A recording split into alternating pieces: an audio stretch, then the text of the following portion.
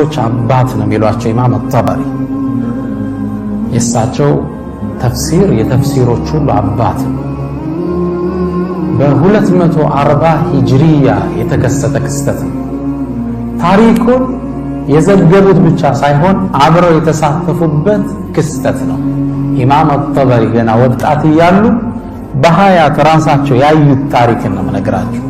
መጽሐፋቸውን የዘገቡት በዘመነኛ ብዕር አሊ ጠንጣዊ የዘመኑ ዓሊሞች ውስጥ አንዱ ረሂመሁላህ ይህን ታሪክ ቅሰቱል ሒዛም ያሰፈሩት ታሪክ ነው የምተርክላችሁ።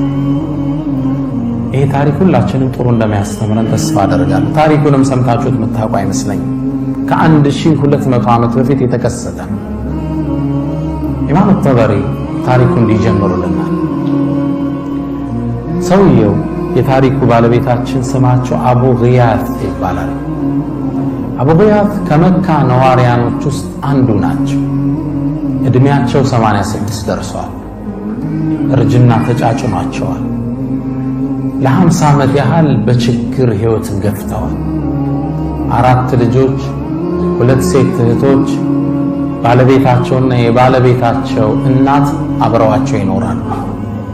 8 ሴት ልጆች፣ እሳቸው 9ኛ። 4 ልጆች፣ 2 እህቶች፣ የሚስት እናትና ሚስት፣ 8 ሴቶች፣ አቡ ግያስ አንድ ግለሰብ። ለነዚህ ሁሉ 8 ሴቶች ተጠሪና ተጠያቂ ማናቸው? ይህ የ86 ዓመት የእድሜ ባለጸጋ። ረመዳን ነበር ወሩ 240 ሂጅሪያው ላይ አቡ ግያስ ትናንት ያለ ምግብ ነው የጾሙት። ዛሬም እንደዛው ለመጾም ተገደዋል። ሱብሒ ከሰገዱ በኋላ ባለቤታቸውን ጠሩ። ያሉ ባባ አሏት። መጣች። ላይ ለብሳ የነበረችውን ልብስ ሰጠቻቸው። እሱን እየተቀያየሩ ነበር የሚሰግዱት። ከዛም መጣችና የአባ ግያት አንተ የግያት አባት ሆይ እባክህን ረሃብ ገደለን፣ እኔ እናንተን ችለው ይሆናል፣ ሴት ልጆቻችን እናቴ ግን ራብን መቋቋም አትችልም። እባክህን ውጣና እህል ፈልግስ ምግብ ምን በላው፣ ዛሬ ደግሞ ጾማችን እንዳናከተር። ቃለ አፍዓል እሻላት። ከቤት መውጣት ጀመረ። ዱሃ አካባቢ እንደነጋጋ መካን መዞር ጀመረ። ምግብ ቢያገኝ ስራ ቢያገኝ ስራስ እንዴት ያገኛል? የ86 ዓመትን አዛውንት ማን ይቀጥራል? ምግብ ፍለጋ ዞር። አቡ ግያት ማግኘት አልቻለም። ዙሁር አካባቢ እንደደረሰ ዙሁር እንደተሰገደ ሰው በጣም ፀሐይ ስለነበር ሊያርፍ ወደ ቤቱ ገብቷል። እርሱ ወደ ቤት እንዴት ይመለስ ባዶ እጁ? ተስፋ ቆርጦ አንድ ዛፍ ጥግ ቁጭ አለ። ጥላ ላይ ነው። ልጆቹ ታወሱት። ዛሬም ዳግም በረሃብ ሲያሉ ተከዘ። ከዚህ ኑሮ ብሞትስ ምን ነበራል? ኑሮ ነው እንዴ የምኖረው? ይቺ ህይወት ናችን ምን ልጨምርልኝ? ለልጆቼ ባይሆን ኑሮ መኖርን አልመኝም እያለ ከራሱ ጋር ማውጠንጠን ጀመረ። ትንሽ እንደቆየ ከፊት ለፊቱ የሆነ ነገር ገመድ ነገር ተመለከተ። ማንገቻ ነው ምንረኛ። ምን ይሆን? ቆዳ ነው ከርቀት ሲያይ። እባብ ይሆን እንዴ? ደግሞ ነድፎ ቢገለኝስ? ከራሱ ጋር ያወራል። ቢገለኝም ይግደለኝ፣ ይህኔ ህይወት ምን ዋጋ አለው? በድፍረት ገመዱን ሳበው። ሲስበው የፖርሳ ማንገቻ ነበር። ጎተተው። ከውስጥ ጥቁር ክብ ነገር ወጣ። ሳበው፣ ወጣለት። ምንድነው እዚህ ውስጥ ያለ? ምግብ ይሆን?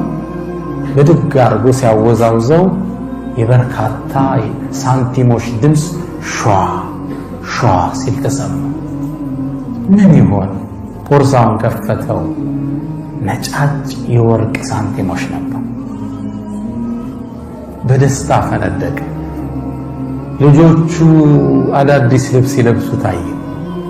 ጠግበው ሲበሉ ታየ።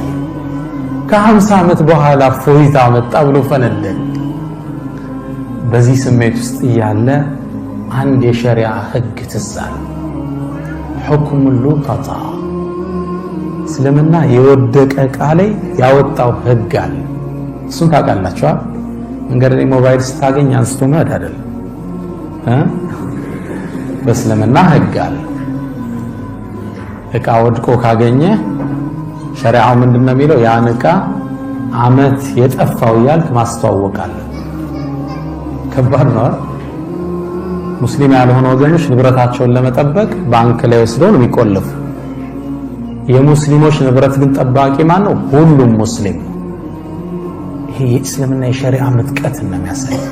ያንተ ንብረት እኔ ጠባቂ ነኝ፣ ማን ነው የጠፋው ብዬ አመት መናገር አለ።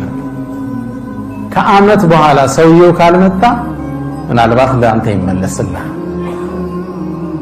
ከዛ አቡ ጊያስ ዞሮ ድንግጣ፣ ይሄ ነገር የሰው ንብረት እኮ ነው፣ መውሰድ አልችልም፣ ሐራም ነው የሚሆንብኝ፣ እንዴት ላደርግ? አመት ላስተዋውቅ፣ አንድ ቀን የምንበላው ምግብ የለንም፣ ምን ልናደርግ ነው? ከአመት በኋላ ማንስ ልሞት ይችላል? 85 ዓመቱ ነው። ሚስቴ በረሃብ ጠውልጋለች፣ ቆዳዋ አጥንቷ ላይ ተጣብቋል፣ ልጆችን ተንገላተዋል፣ ትዳር አጥተዋል ከድህነት የተነሳ። አመት ላስተዋውቅ፣ ምን ነው ባላገኘሁት? አመት የራበህ መብላት የማትችለው ሚሊዮን ብሮች ምን ይሰራልህ? 1000 ድርሃም አለው ይላሉ ኢማም አጠበሪ። 1000 ድርሃም የወርቅ ሳንቲም ሚሊዮንስ ኦፍ ዶላር ማለት ነው እጃቸው ላይ ገባ። 5 የሌላቸው ሰው የማይበሉት ለአንድ አመት 1 ቢሊዮን ይዘዋል ብለህ አስብ። ከባድ ነው። በዛ አጋጣሚ ደግሞ ሰውየው መጥቶ ሊወስደው ይችላል። አቡ ጊያስ ድምጽ ካልተሰማ ከፍ አደርጋለሁ። ከኋላ ይሰማል? ለይቶች ይሰማል? ይሰማል ኢንሻአላህ። አቡ ጊያስ ምን ያድርግ? ይህን ወርቅ ተሸክሞት በጥቁር ፎርሳ በጨርቅ የተጠቀለለ ወደ ቤቱ ይዞት መምጣት ጀመረ። ደግሞ ስመጣ ሚስቴ ብታየውስ ምን ላድርግ? እሷ ካየችው ስለምትጓጓ ቢያንስ የሆነ ነገር አንሳለት ነው የምትለኝ። እርቦና እንደምንም እሷን ሳያሳይ ደብቆ ለማስገባት ወስኖ በፎጣው ተቀላሎ ቤት ተሾልኮ ሲገባ ባለቤት ታየችው። የአባ ጊያስ ማጃ አቢክ፣ ምን አመጣ? ምን ሲዘነው ከኋላ አለችው። አይ እንዲሁ ነው አለ። ኧረ ምን እንዲሁ ይዛል የሆነ ነገር እየታየ። አይ እንዲሁ ነው፣ እስኪ ልየው ምን ደግሞ አመጣ? የሚበላ ነው ምንድነው? አሳየ። መዋሸት አልፈለገም፣ አላህን ፈሪ ነበር። እቃውን ካስቀመጠ በኋላ ቁጭ አርቆ ያ ሉባባ፣ አንቺ ሉባባ ሳላስበው 1000 ድርሃም አገኘ። አስደንጋጭ ነው ለሷ። በህይወታቸው አይተው ታያቁ እና ግን የሰው ነው። እንዴት የሰው ነው? አላህ ያመጣልህ ሪዝቅ አይደል እንዴ? ሚስት ደግሞ ገባች። ጀሊሉ ብር ላይ ያመጣው ነው። ይሄ የሰው ንብረት እኮ ነው። ይህ ሰው ይባላል እንዴ? እርቦሃል እኮ ልትሞት ነው። እርቦና ልንሞት ነው። ሰው ሲቸግረው ሐራምስ መጠጣት ይፈቀድለት? በረሃ ላይ እየሄደ ከኸምር ውጭ ሊሞት ብሎ ውሃቶ ኸምር ውጭ ሌላ ካላገኘ እሱን እስልምና የግድ ይፈቅድለታል። ልትሞት እኮ ነው። ለአንተማ ሐላል እኮ ነው ይሄ። እንዴት ትንሽ ዘገን እናድርግና ህይወታችንን እንለውጠው ነው። በጭራሽ አላት። 50 ዓመት ሙሉ ሆዴ ሐራም ሳላስገባ በ86 ዓመት ሆዴ ላስገባ ነው። ሉባባ ጥያቄው እንዳታነሽው አለ። አይደለም ማንሳት ለልጆች ለሰው ብትናገሪ እኔና አንቺ አብረን አንኖርም። ይሄን አቋሜ ነው እቂ አላት። አቋማቸውን ታውቅ ነበር። ደንግጣ እሷም ስብስብ አለች። ታዲያ ምን እናድርግ? ልውጣና እስኪ ሰውየውን ልፈልገው፣ ካገኘሁት ባይሆን ያገኘሁበትን የሆነ ድርሻዬን እወስዳለሁ። እሷም ተስማማች። አቡ ጊያስ ሰውየውን ፍለጋ ወደ ካዕባ ወጣ። ኢማም አጠበሪ ወጣት ነው፣ ታሪኩን ይነግሩናል። አንዴ አንድ ሰው መካ ውስጥ ካዕባ ጥግ ቆመ። የኹራሳን ሰው ነው። ቆመና አዩሃናስ፣ እናንተ ሰዎች ሆይ በፖርሳ 1000 ድርሃም ወድቆ ያገኛል እንዴ? እባካችሁ መልሱልኝ፣ አጅራችሁን አላህ ዘንድ ታገኛላችሁ ይላል። ይህን ሲል ሁላችን አዳመጥን። አንድ በእድሜ ገፉ አዛውንት ወደ እርሱ አቀር። ከዛም አንተ ኹራሳኒ ሆይ አሉት። ማን ነው የመጡት? አሁን አቡ ገያት ነው የመጡት። ሰውየውን አገኘ። አንተ ኹራሳኒ ሆይ ወርቅ ጠፋ እንዴ? አዎ። 1000 ድርሃም። አዎ። ታዲያ እኛ እኮ የመካ ሰዎች ቀሊሉ ዘርዒ እኛ እኮ ወቀሊሉ ዘርዒ አዝርዕታና መርት ታውቀዋለህ። እርሻን ዘራ፣ ደረቅ ነው መሬታችን፣ ዝናብ አናገኝ። ከብቶች ደግሞ አልበን የምንጠጣው የለም። ወቀሊሉ ልመዋሲሚ ደግሞ ሐጅና ዑምራ በዓመት 2 አንዴ ነው የሚመጡልን። በዛ ነው ከሰው የምንጠቀመው። ስለዚህ ምናልባት ያገኘው ሰው ችግረኛ ሊሆን ስለሚችል 1/10ኛውን እሰጣለሁ ብለህ እኮ ብትናገር አምጥቶ ሊሰጥ ይችላል።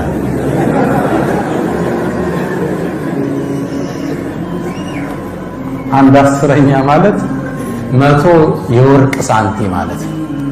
ችግሩ እንዳያታለው እንደምትሰጠው ሲያቅ ሊያመጣልህ ይችላል። ሰውየው ዞር አለና ያ አባ አላቸው። ያኔ አበቲ ማለት ነው። ባባ ሆይ ላ ነፈዓል፣ ይህንማ እናረግ፣ አላህን ከፈራ ያምጣው፣ እኛ የምንሰጠው ነገር የለም አላቸው። ቅስማቸው ሰብር። ወደ ቤታቸው ተመለሱ። ወደ ቤት ሲመለሱ ኢማም አጠበሪ ተመልከቱት፣ አክቲቭ ነበሩ። እኛውን ሰለፍ ሲባል ጥሩ ስዕል የለንም አእምሮችን ውስጥ። ሰለፍ ማለት አክቲቮች ማለት ነው፣ ስማርት ናቸው። ኢማም አጠበሪ ምን ይላል? ይሄ ሰውዬ የገንዘቡን ያገኘው እሱ እንደሆነ ተረደዋል። هذا شيخ المفسرين ምን አይነት አክቲቭ ቢሆን። እኛውን ይሄ እስመ ሰለፍ መዝሉም ነው፣ ተበድሎ ሰይድና አሊ ጦርነት ላይ ወጡ። ጦረኛው በጣም ኃይለኛ ነበርና ሊጋጠማቸው መጣ። ሊፋለማቸው ነው ፊት ለፊት። አሁን እንዴት ያሸነፉት? በጣም ሊያደክማቸው ሆነ እና ግጠመኝ ሲላቸው አሰልፈ ነው እንዴ የምትመጣው ብቻህን እንደመምጣት አለ። እኔ ወንዱ ብሎ ዞር ሲል አንገቱን ቀጭ አለ። እኔ ጋናቸው ምን ነው አልሐርቡ ኺድዓ፣ ጦርነት ላይ ቴክኒካዊ ማታለል ይፈቀዳል። ግልጽ ነው አይደል? ጀግና ላይ ብሎ ተነፍቶ ነው የመጣውና አመዛዘዙ ምናምን ሳይሆን ሲሪየስ ነው ሰውዬ። ከዛ ሲስተም ፈጠሩ። አክቲቭ ነበሩ ሰይድና አሊ ረዲየላሁ ተዓላ ዐንሁ። ታዲያ ብቻህን አትመጣም እንዲያሰልፈ ነው አሉ እኮ ነው ብሎ ዞር ሲል ቀጨም ማረጉት አለ። ሰለፉ ሷሊህ ሲባል አራዶች ማለት ነው። አሁን ሰለፍ የሚለው ስም መዝሉም፣ አክቲቭ ነበሩ፣ ስማርት ነበሩ፣ ስትራቴጂስት ነበሩ። ለዛ ነው ሮማን ኢምፓየርን ፐርሻ ኢምፓየርን ደምስሰው የጣሉት። የዓለም ምጡቅ አገሮችን ሀያላን አገሮችን ማንበርከክ የቻሉት ስትራቴጂስት ነበሩ። አናቱል ቂጢ ወወትበቱል አሰድ ነበር የኻሊድ የጦር ስትራቴጂ። አሁን ዓለም እያጠናል የኻሊድ የጦር ስትራቴጂ አናቱል ቂጢ ወወትበቱል አሰድ። እንደ ድመት ተረጋግተህ ታይና እንደ አንበሳ መውረር ማለት ነው። ኢማም አጠበሪ ስማርት ነበር። ይሄ ሰው ብሩ እንዳገኘው ጠረጠር፣ ለራሱ እያመቻቸ ነው ብዬ አሰብኩ። ወደ ቤት ሲመለስ ለማረጋገጥ ተከተልኩት አሉ ኢማም አጠበሪ። ስከተለው ገና በሩ ጋር እንደደረሰ ያሉ ባባ እያለ ገባ ወደ ሚስቱ። እሺ አለች። ሰውየውን አገኘው? አዎ አገኘሁት። እኮ ተስማማ ባልከው መስፈርት? ባክሽ አልተስማማ፣ ዛሬ ጾም ማደራችን። ያ አቡ ገያት አለችው፣ እነዚህ ሴት ልጆች በረሃብ ይሙቱ እንዴ? እናቴ በረሃብ ትሙት እንዴ? ትንሽ አንሳለት፣ ተቸግራል። ለምንድን ነው ማታነሳው? አንተ እኮ ሙጠር ነህ፣ ተጨንቀሃል፣ አላህ ይፈቅድልሃል። ደግሞ ወቅ አለችው ልቡን ስታራ፣ አላህ በያዝከው ብር ብቻ ሳይሆን በትክክል ባልመገብካቸው ልጆች ይጠይቀሃል አለችው። ጥሩ ማንትን ነው አለ። ልክ ይህን ስትለው ይላል ኢማም አጠበሪ ከርቀቱኛ ያለዋል ትክዝ አሉና አቡ ገያት ተስፋ ቆርጠው በነጩ ጺማቸው ላይ እንባ ሲወርድ አየዋል።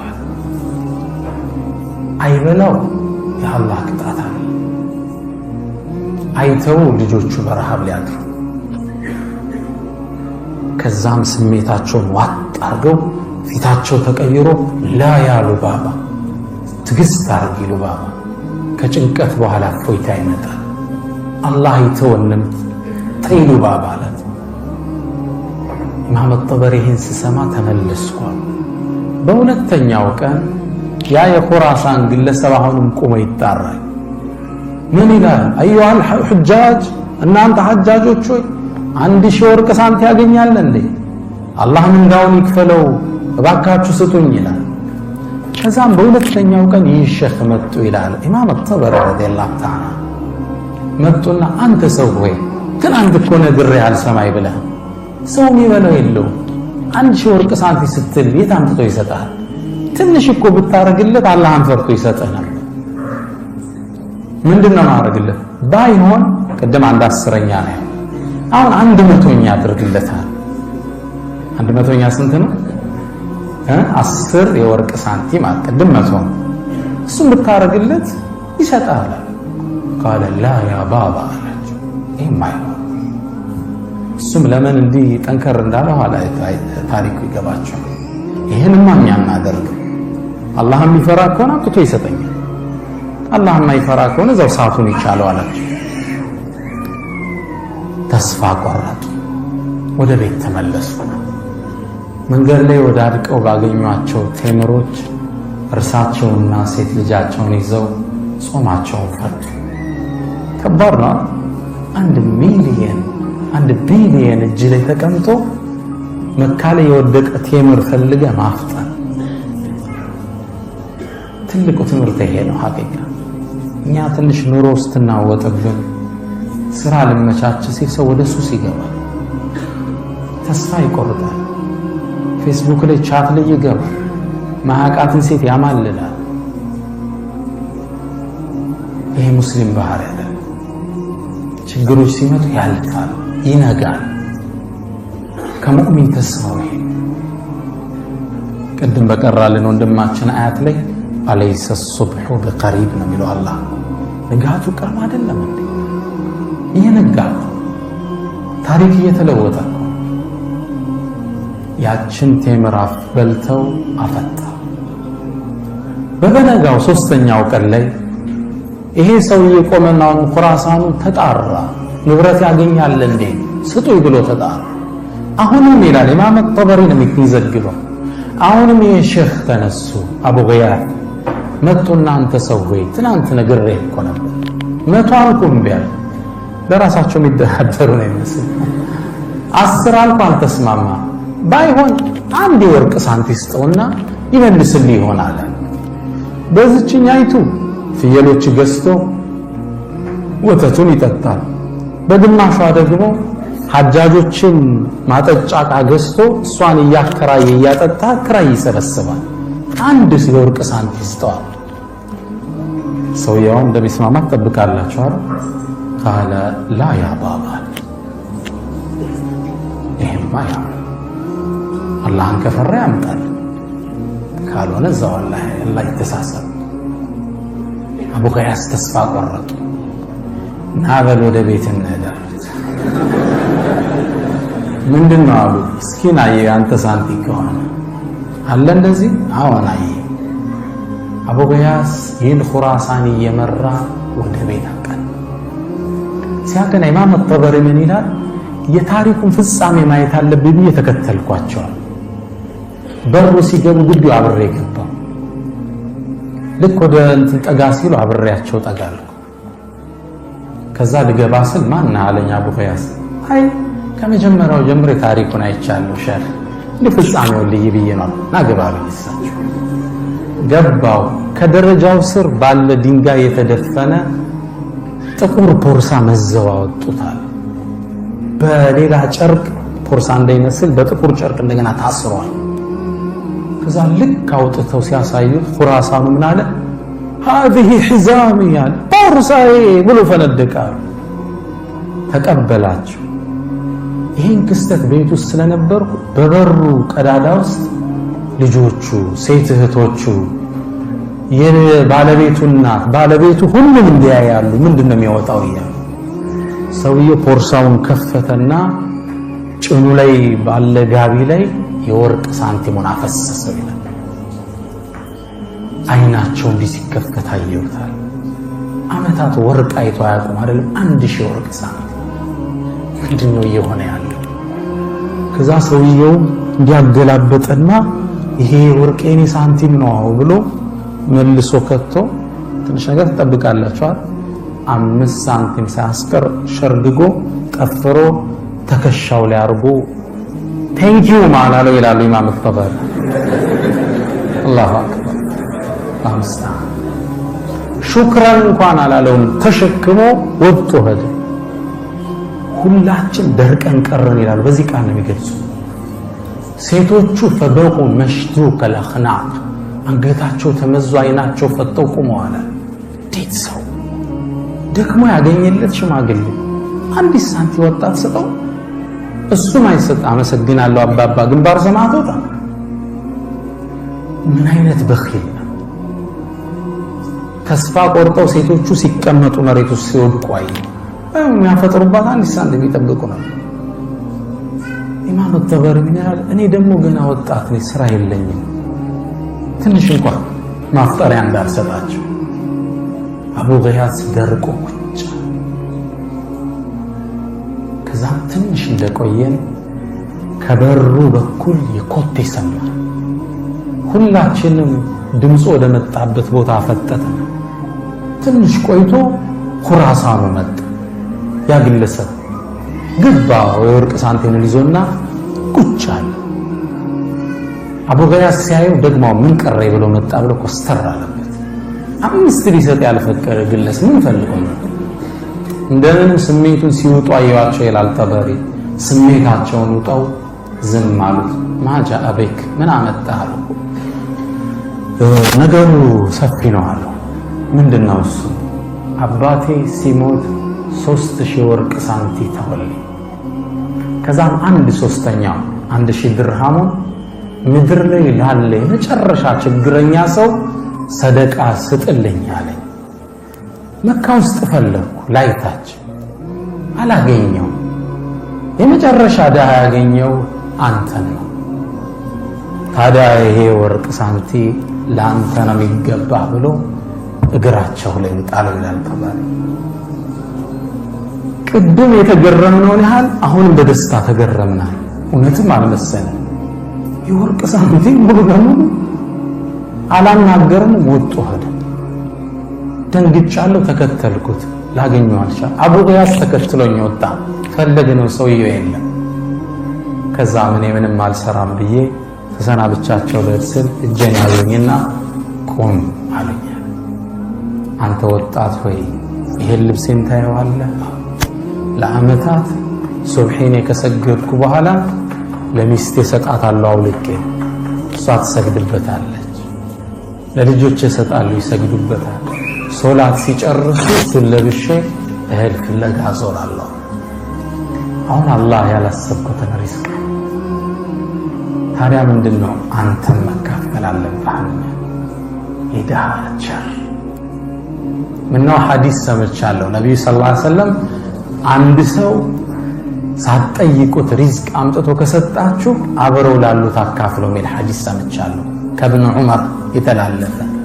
አንተም መግባት አለብህ አሉኝ። ቤት ውስጥ ገባሁ። እንደገባነ በደስታ ያሉ ባባ ያ ፉላና መጠራት ጀመሩ። ልጆቹ ተሰለፉ አላቸው። ሁሉም እንዲህ መደዳ ቁጭ አሉ።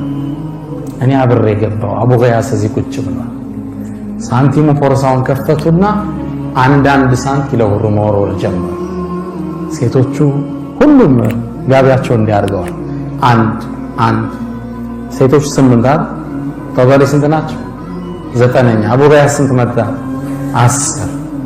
ለ10ሩም አንዳንድ ሳንቲም እየወረወሩ አዳረሱን ይላል። መጨረሻ ፖርሳውን ሲጨርሱ እያንዳንዳችን እጅ ስንት ገባ? 100 ድርሃም ገባ። 10 ናቸው። ሁላችን ያዝን። እኔም ይላል ኢማም አልጠበሪ ችምብር ያስኩና ዒልምን ለመፈለግ ተጠቀምኩባት ይላል። የጠለበ ዒልም ደጋፊ ይፈልጋል። ይችን ብር ይዤ ዒልምን ፈለግኩባት አላህ እዚህ እስኪያደርሰኝ አሉ ኢማም ሸይኹል ሙፈሲሪን እስኪሆን። አቡ ገያስም ልጆቹ ሀብታም መሆን ጀመሩ። ያኔ ምሽት ጥሩ ምግብ ገዝተው አፈጠሩ። ከዛም ወደ ሉባባ ዞራሉና ያ ሉባባ አላህ ከጭንቀት በኋላ ድልን ያመጣል አላልኩሽ? ከውጥረት በኋላ እፎይታን አላልኩሽ? ይሄው ሐራማን ፈልግ አንድ ሳንቲ ሐራማን ብላን ብለን ጣል አላህ 1000 ወርቅ ሳንቲ ያመጣል። بعد عسر ነገር ምስኪን ኢነማ አልዑስሪ ህግ ነው። ታሪኩ ኢማም ጠበሪ ሲጨርሱ ምን ይላሉ? እኔ ከ16 ዓመት በኋላ ዒልም ሲፈልጉ ትልቅ ዓሊም ሆኜ ወደ መካ መጣሁ።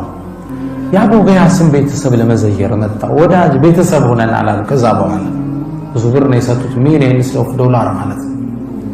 መጣሁና ስለ አቡ ገያስ ስጠይቅ አቡ ገያስ በተለየውት በወራት ውስጥ እንደሞተ ሰማሁ። ስለ ሴት ልጆች ስጠይቅ የአገሪቱ ነገስታቶች አግብተዋቸው መሊካት ንግስቱ ነው አላሉ። ያው እነሱ በእነሱ አረም የሚጋቡት ሀብታም ሆነዋል። አሁን ሚሊዮነሮች ናቸው። የንጉስ ልጆች አግብተዋቸው አለ። እኔ ይላል ኢማም ጠበሪ የአቡ ገያስን ቤተሰብ ዘይር ነበር። ልጆቹን የልጅ ልጆቹን እየዘየርኳቸው የአባታቸውን አላህን የመፍራት ታሪክ እተርክላቸው ነበር ይላል። ለ40 ዓመት ምንድነው መልእክቱ? የአቡ ገያስ ታሪክ ኢማም ጠበሪ የዘገቡት ታሪክ بعد عسر يسرا ስራ ልሳካ ብሎ የተሰማህ ቀን፣ በህይወቱ ውስጥ ውጥንቅጥ የቀጠመ ቀን ታገስ።